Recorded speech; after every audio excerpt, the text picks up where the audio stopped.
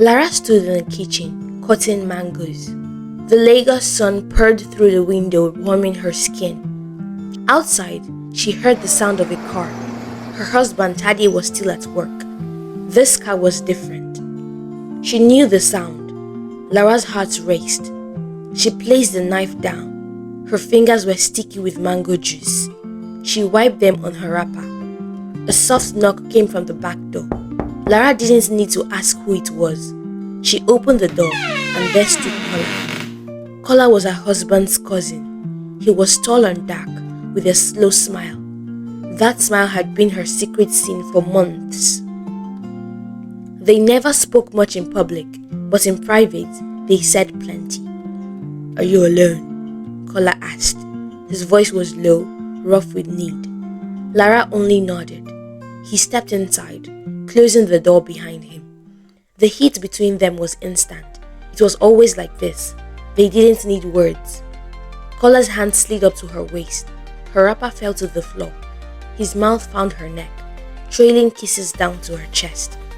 Lara bit her lip, her fingers digging into his back. The mango scent filled the air, sweet and sticky. They moved to the couch, bodies tangled. Every touch felt forbidden, but they couldn't stop. His lips traced her collarbone.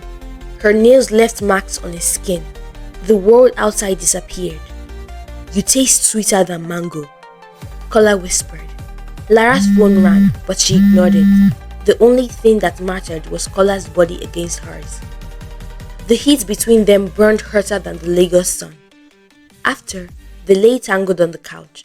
Kola's hand rested on Lara's thigh. They didn't talk about what came next. They never did. Lara stood, reaching for her wrapper. She wrapped it around herself, but it felt heavier than before. The guilt always came after, but so did the hunger. Kola dressed quietly. He kissed her shoulder, then he was gone, out the back door like always. That night, Lara sat at the dining table with Tade. He ate jollof rice, his eyes glued to his phone. Lara's heart raced. Her skin still tingled from Kola's touch. "Any news from Kola?" Lara asked, her voice casual. Tade's eyes flickered up, surprised. "Kola?" His brow creased. "You've been asking about him a lot lately." Lara forced a smile. "No reason," she said. Tade sighed. He set his phone down. "Lara, Kola died last year." Lara's spoon clattered to the floor. The room spun. "What?" she whispered. Her throat felt dry. "That's not possible." Tade stood, walking to the window. The mango tree stood outside, swaying gently.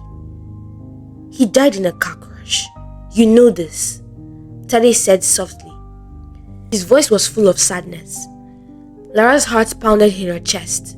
She remembered his hands on her skin, his breath in her ear, his taste on her lips, but Kola was dead. The next day, Lara stood under the mango tree. The air was still, too still. She touched the tree's rough bark.